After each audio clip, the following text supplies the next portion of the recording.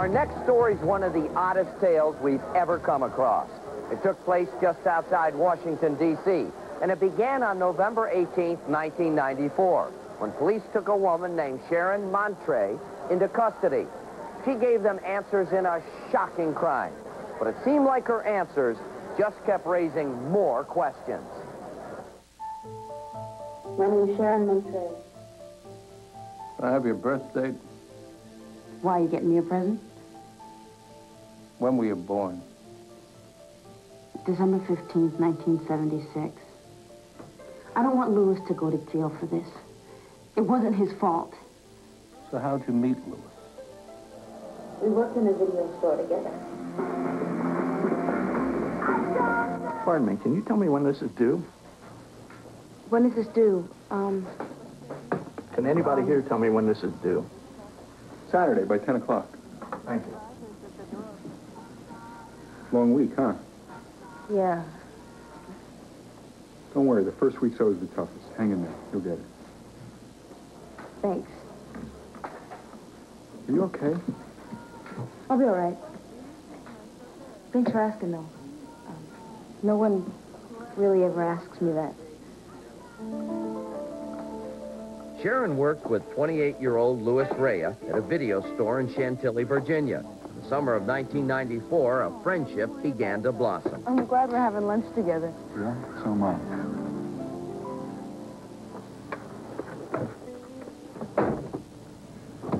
Dan, I forgot to leave Larry the office keys. Oh. I'll be back in one second.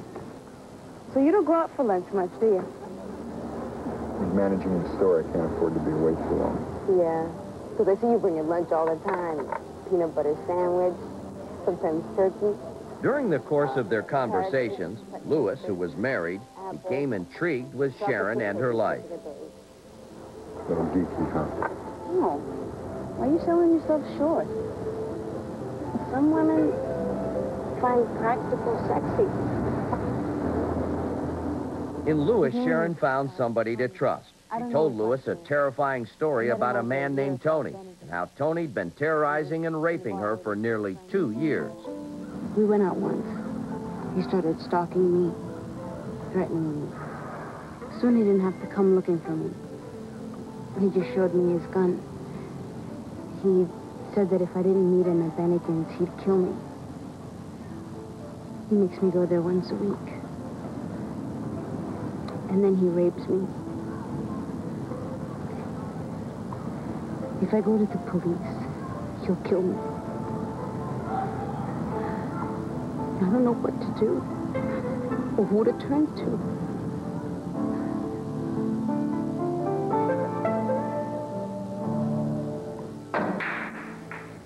You should go to the police. No. The system will just let him out. As soon as he gets out, he'll come after me. Louis, you could help.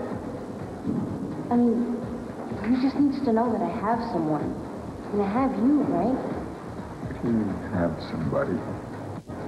I have someone to protect me. The closest thing I've ever had to that. You'd do that, wouldn't you? Okay, what if we went to him and you told him that's it, no more? I'd be there. I would protect you. What if he didn't listen? I could scare him. Scare him?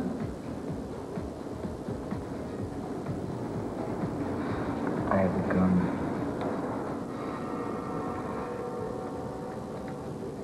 You do? Yeah, I mean, it's in the glove compartment. I need to get it cleaned and take it into the shop, but... Have you ever used it?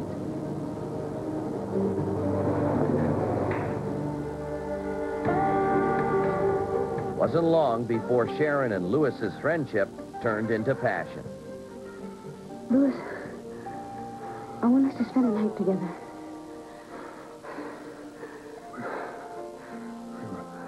When?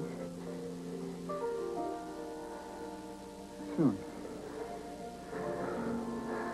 I gotta get going. You know, something tells me you've never done it on a chair before. Or In an elevator. Mm-hmm. Or on the kitchen floor. Or in a movie theater. You want to?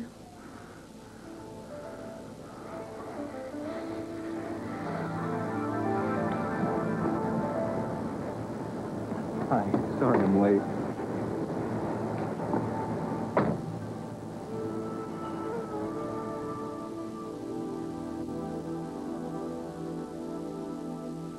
November 18th, 1994. Sharon told Lewis that Tony would be waiting for her at Bennigan's. Tonight was the night they needed to stop him. You can still go to the police. No. We can't. And I don't know if I can do this. Look, it's real simple. I bring him out. You'll know what to do. I just want us to get on with our lives. Please. That's it. That's his blue card. How long are you going to be inside? Not long. He's usually in a vile mood. He just wanted to do it.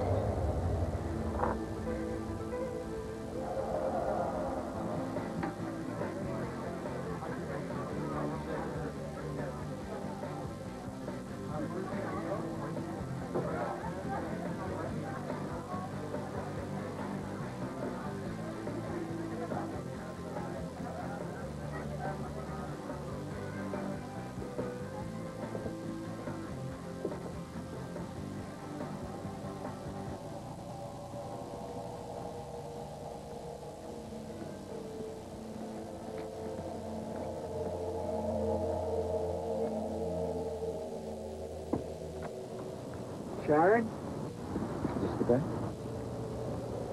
What are you doing up here? We have to talk. No, Sharon, don't! Sharon, come on!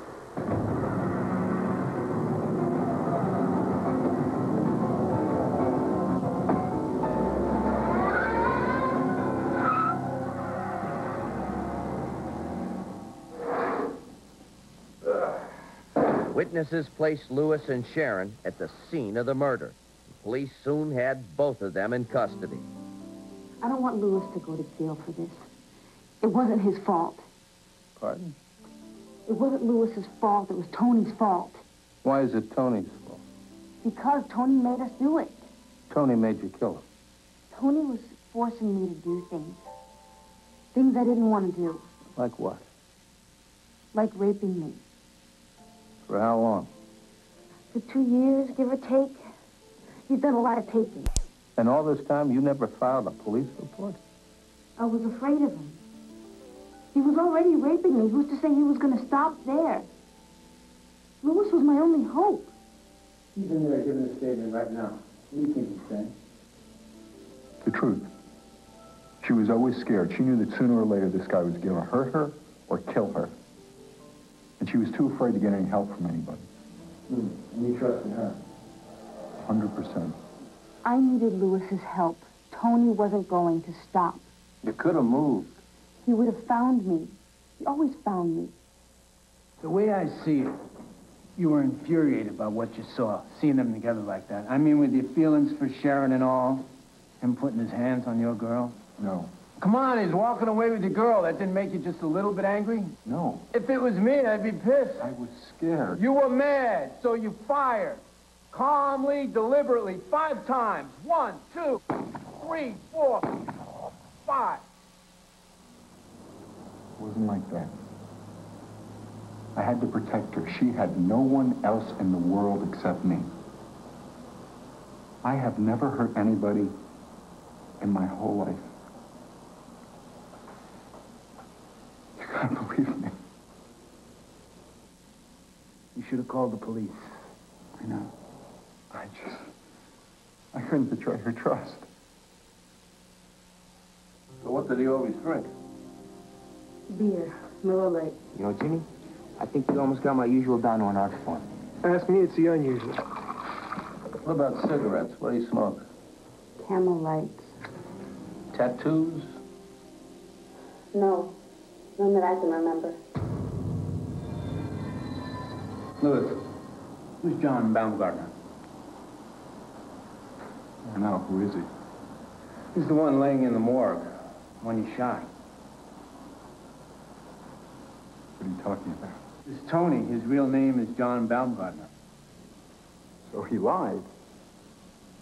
I mean, he gave her a fake name. The man was raping her for almost 2 years.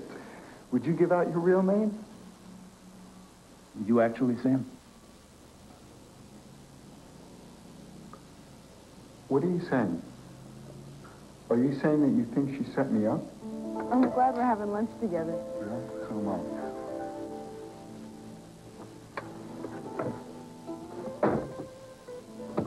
Damn, I forgot to leave Larry the office keys. Oh. I'll be back in 1 Okay. second.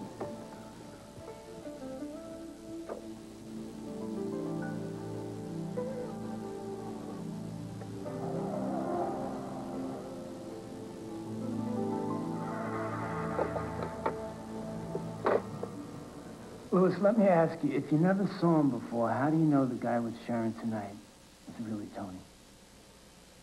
What if there never was a Tony? Oh, come on. There had to be. I mean, she knew too much about him. She couldn't just make all this stuff up. I mean, the guy came out of the bar with her.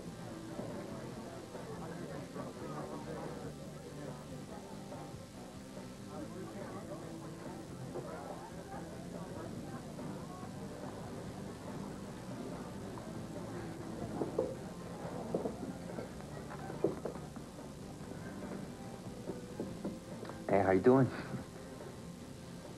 You okay? I'm John Baumgartner. Can I buy you a drink, or... Sure you're okay? There's a man outside. He's been raping me. He says if I tell anyone, he'll kill me.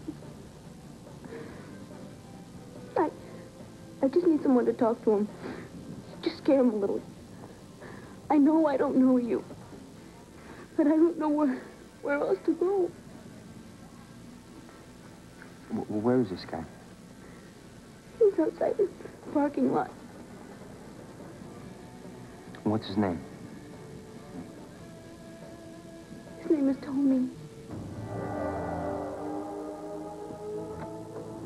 Sharon? Is this the guy? What are you doing up here?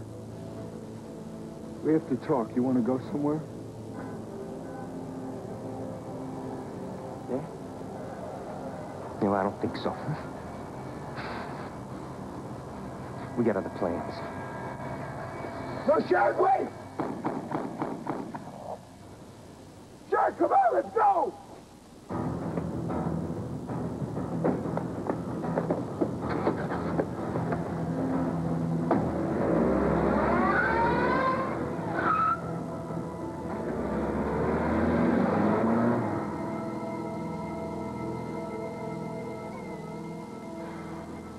Louis,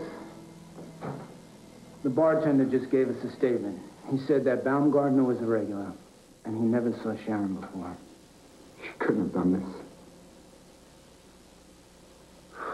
Louis, let me ask you, you're a video store. Do you watch a lot of movies? What? Yeah, I guess. You just saw an Academy Award-winning performance.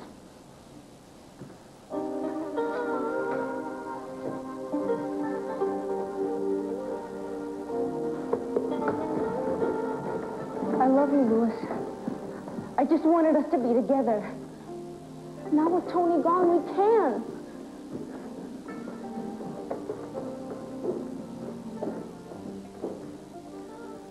You believe any of her story?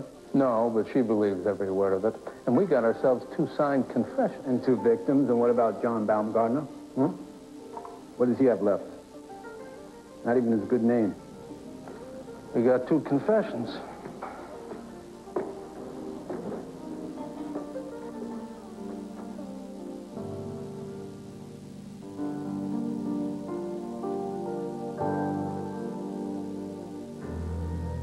Louis Rea was found guilty of second-degree murder, sentenced to 30 years in prison.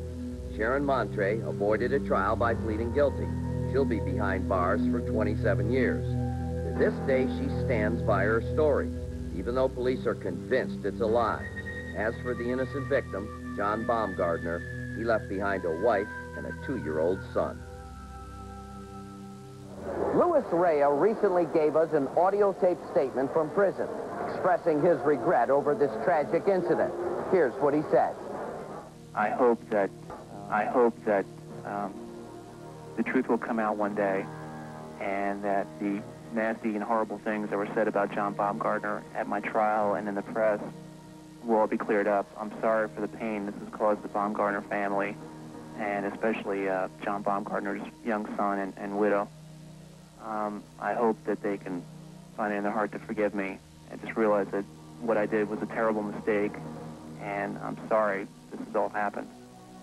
And as for Sharon, for whatever reasons, she staged this whole thing hoping that something violent would happen, and it did. I hope that she'll tell the truth one day. Next.